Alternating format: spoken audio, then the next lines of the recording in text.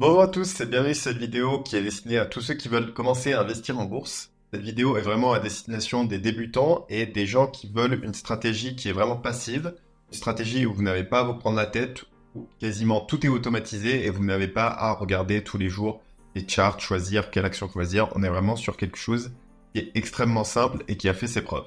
Dans cette vidéo, je vais vous résumer le contenu de 5 heures de vidéo de formation de bourse qui a été produit par le youtubeur Farmer.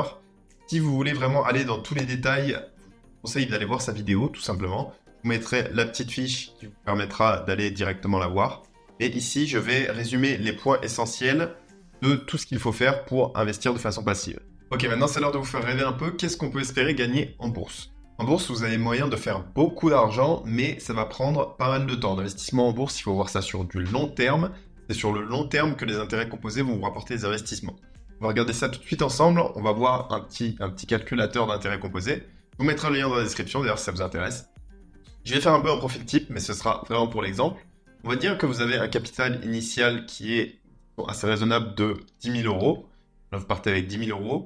Vous arrivez également à épargner mensuellement, disons, 300 euros par mois, ce qui me semble quelque chose de raisonnable, mais n'hésitez pas à faire le calcul avec les ressources que vous avez de votre côté. Vous placez cet argent pendant, allez, disons 20 ans, avec un taux d'intérêt qui est en moyenne, donc avec la stratégie que je vais vous présenter, on va être sur en moyenne un taux d'intérêt de 9%. Et vous voyez que au bout de 20 ans, vous aurez donc 82 000 euros que vous aurez déposés, mais en intérêt, vous aurez 158 000 221. Et évidemment, alors la magie des intérêts composés, c'est que c'est vraiment effet boule de neige. Ensuite, quand vous en êtes à ce stade-là, il suffit d'un tout petit peu plus de temps pour que les intérêts ils explosent. Si on rajoute 5 années supplémentaires, par exemple, vous voyez qu'on passe à quasi le double. Donc c'est vraiment cet effet boule de neige qui est intéressant en bourse et qu'on recherche. Bien sûr, selon votre situation, vous pourrez faire mieux, voilà, ou moins bien, selon le capital que vous avez à investir. Et surtout, moi, ce dont je tiens, voilà, à vous informer, c'est vraiment que c'est très important d'investir.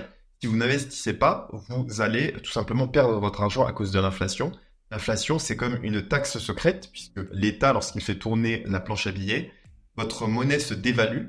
Donc même si vous placez votre argent sur le livret A, voilà, vous gagnez 3% par an, avec une inflation qui est supérieure à 3%, et clairement on est bien au-dessus de 3% en ce moment, vous perdez de l'argent.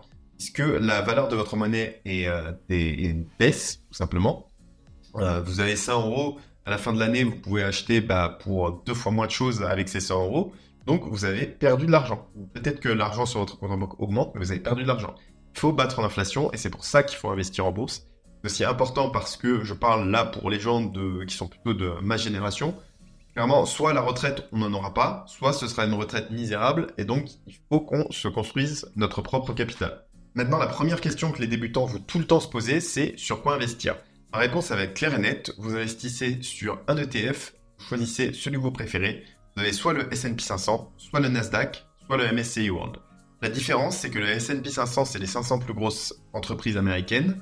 Le Nasdaq, ça va être les 100 plus grosses entreprises américaines, mais qui sont concentrées sur la technologie. Et vous avez le MSCI World, c'est les 1500 plus grosses entreprises mondiales. Donc voilà, vous avez le choix. Alors, vous allez voir que si vous essayez de choisir un ETF, vous aurez différents choix qui vont être importants. Vous aurez MSCI World de telle personne, telle personne, telle personne. Je vais vous mettre un lien dans la description avec, pour moi, les meilleurs, ceux qui ont le moins de frais, etc. Je vous les afficherai également à l'écran. Il faut comprendre que la différence, lequel choisir.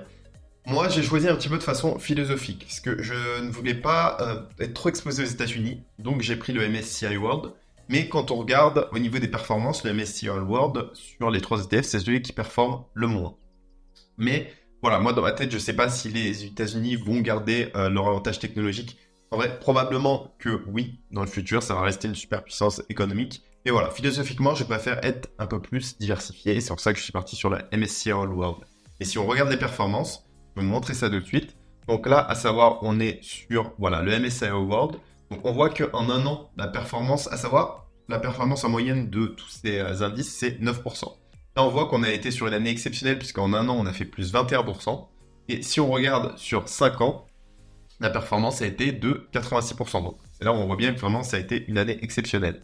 Quand on regarde ensuite ici, donc là, on est sur le Nasdaq. Le Nasdaq, vous pouvez voir que sur un an, la performance, elle a été de plus 29%. encore une fois, est énorme. Et sur 5 ans, vous voyez que la performance du Nasdaq, c'est de 178%. C'est colossal, hein. Encore une fois, c'est vraiment énorme. Et on va regarder pour finir le S&P 500. En un an, vous voyez, on est à plus 24%. Et en 5 ans, on est à plus 108%. Pourquoi je dis de partir sur un ETF? La base de l'investissement, c'est de diversifier. En partant sur un ETF, vous achetez un panier d'actions de plein d'entreprises différentes. Donc, vous ne pouvez pas faire mieux pour être diversifié. Je sais que c'est tentant d'essayer de vouloir acheter plusieurs choses, mais honnêtement, ça ne sert à rien. Là, je sais que la grande tendance, c'est l'IA. Vous êtes beaucoup à vouloir investir sur l'IA. Vous faites, ouais, est-ce que je peux pas avoir un ETF sur l'IA? Honnêtement, si vous prenez déjà l'ETF S&P 500, MSCI World, Nasdaq, etc., dans tout ça, il va y avoir de l'IA, parce que l'IA, forcément, ça va performer. Il faut savoir que les entreprises qui sont dans les paniers d'actions du S&P 500, ça s'adapte aux trucs qui performent le mieux. Et donc, vous allez avoir déjà de l'IA dedans. Donc, ça ne vaut pas forcément le coup. Déjà, regardez de quoi se compose le S&P 500 ou le MSCI World. Dedans, vous allez avoir une grande partie qui va être composée de NVIDIA. NVIDIA, c'est ce qui va fournir la puissance de calcul aux IA dans le futur. Donc, vous êtes déjà exposé à l'IA en prenant, que ce soit le Nasdaq, le MSCI World ou le S&P 500. Donc, ça ne sert à rien de trop se diversifier. Même de prendre plusieurs ETF, ça n'est pas inutile parce que ça va se recouper. Vous allez avoir les mêmes entreprises qui vont se recouper dedans. Concentrez-vous sur un ETF. Et comme ça, vous avez le maximum pour profiter des intérêts composés. Dernier point pour vous convaincre de partir sur un ETF et d'éviter de faire ce qu'on appelle du stock picking, c'est-à-dire de choisir des actions individuelles, comme par exemple, vous allez dire, tiens, je vais prendre un peu de Nvidia, là, je vais prendre un peu d'Air France, etc.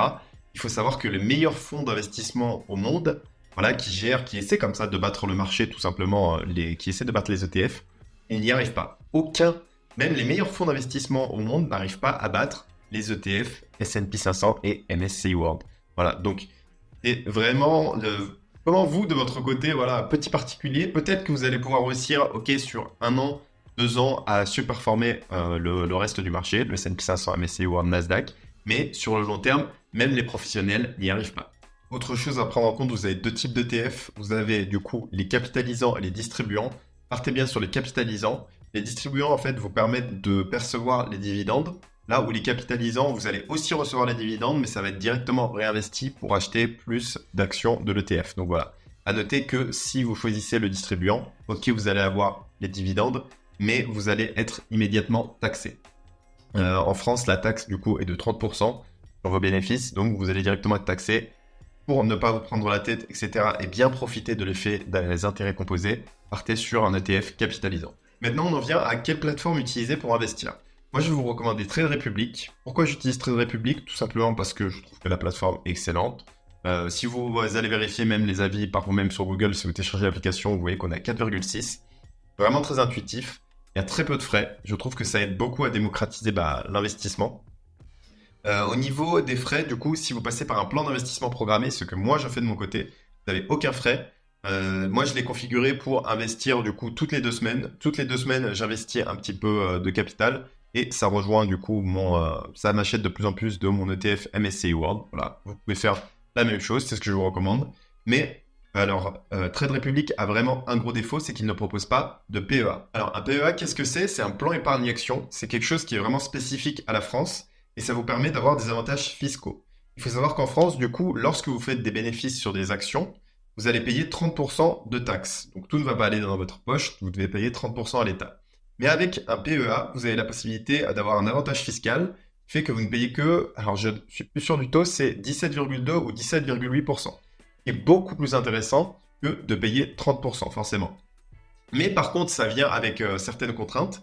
Lorsque vous ouvrez du coup un PEA, vous allez devoir attendre 5 ans avant de pouvoir bénéficier du coup de cet avantage fiscal. Et si vous retirez avant des sous de ce PEA, ça brise tout simplement le PEA et du coup, vous n'aurez pas la possibilité de bénéficier de cet avantage fiscal. Donc, réduit quand même votre souplesse. Donc, moi, je ne suis pas hyper fan, mais c'est vraiment pour moi. Si de toute façon, vous êtes là pour investir sur le long terme, 5 ans, ce n'est rien dans le monde de la bourse. Hein. Donc, il faut voir ce qui vous convient le mieux. Et dans ce cas-là, à votre place, je partirai plutôt sur Bourse Direct. À noter également que l'autre limite du PEA, c'est que vous ne pouvez pas déposer plus de 150 000 euros dessus. Attention, ça ne veut pas dire que vous ne pouvez pas dépasser 150 000 euros sur votre capital total. C'est juste ce que vous allez pouvoir déposer dessus avec vos fonds. Vous ne pourrez pas investir plus de 150 000 euros, mais ensuite, avec les intérêts, bien évidemment, qui vont être créés, ça peut monter jusqu'à 300 000, 400 000, etc. Je vais vous mettre en description les liens vers Trade Republic et Bourse Direct. C'est des liens affiliés pour être transparent avec vous. Donc si vous passez par mon lien pour Trade Republic, en achetant une action dans les 21 premiers jours où vous créez un compte, vous recevrez une action d'une valeur de 10 euros. Je recevrai aussi une de mon côté. Et en passant par mon lien pour Bourse Direct, si vous passez par mon lien, vous avez la possibilité de gagner 20 euros d'actions. Et moi, de mon côté, j'aurai juste la possibilité de passer les trades sans frais. Voilà, c'était ma stratégie pour investir en bourse. Comme vous voyez, c'est extrêmement simple. Il n'y a pas besoin de se prendre la tête. Je vous rappelle que je vais vous mettre tous les ETF que je recommande, que ce soit version PEA ou version compte titre, dans la description. Alors, je vais aussi prêcher rapidement pour ma paroisse. Donc, moi, j'investis en bourse vraiment de cette manière parce que c'est très simple et j'investis surtout pour me diversifier. Parce que la majorité de mon capital, il est en crypto. La crypto, c'est vraiment ce qui m'a permis de faire grossir mon capital de façon spectaculaire. La crypto, c'est beaucoup plus volatile, c'est plus dangereux aussi, mais il y a l'opportunité de faire des gains beaucoup plus importants. Si on prend la principale crypto-monnaie du marché, le Bitcoin, voilà, vous pouvez voir que en un an, on est passé, donc là je fais cette vidéo, au moment où je fais cette vidéo, on est en juin 2024. Si on prend en juin 2023, hop, on voit que le Bitcoin était à 28 000 $. Aujourd'hui, au moment où je fais cette vidéo, on est à 71 000 $. Donc on a fait plus de x2 en à peine un an. C'est des choses, il faut attendre des décennies pour voir ça dans la bourse. Donc je pense que vous me comprenez pourquoi je suis un peu plus excité par la crypto. Si vous êtes intéressé pour acheter de la crypto, commencer à investir de Bitcoin par exemple ou n'importe quelle autre crypto, n'hésitez à passer par mon lien qui est dans la description pour créer votre compte sur BitGet. Ça permettra d'accéder à des centaines, même des milliers de cryptos différentes. Vous aurez de forts bonus en passant par mon lien affilié. Vous aurez également des réductions sur vos frais de trade, donc les frais qui sont pris à chaque fois que vous achetez ou vendez des cryptos. Et pour moi, c'est mon échangeur préféré et c'est aussi l'échangeur avec qui je travaille. S'il y a des questions que vous vous posez encore, vous estimez que je n'ai pas répondu à certaines questions, si vous avez des interrogations, des choses que vous voulez que je développe, surtout n'hésitez pas à le mettre en commentaire, je me ferai un plaisir d'y répondre. Et voilà, c'était tout pour moi. Je vous invite également à liker, à vous abonner, à activer la cloche si vous avez apprécié le contenu, bien évidemment. N'hésitez pas non plus à me suivre sur Twitter. Et je vous dis à très bientôt pour une prochaine vidéo. Ciao.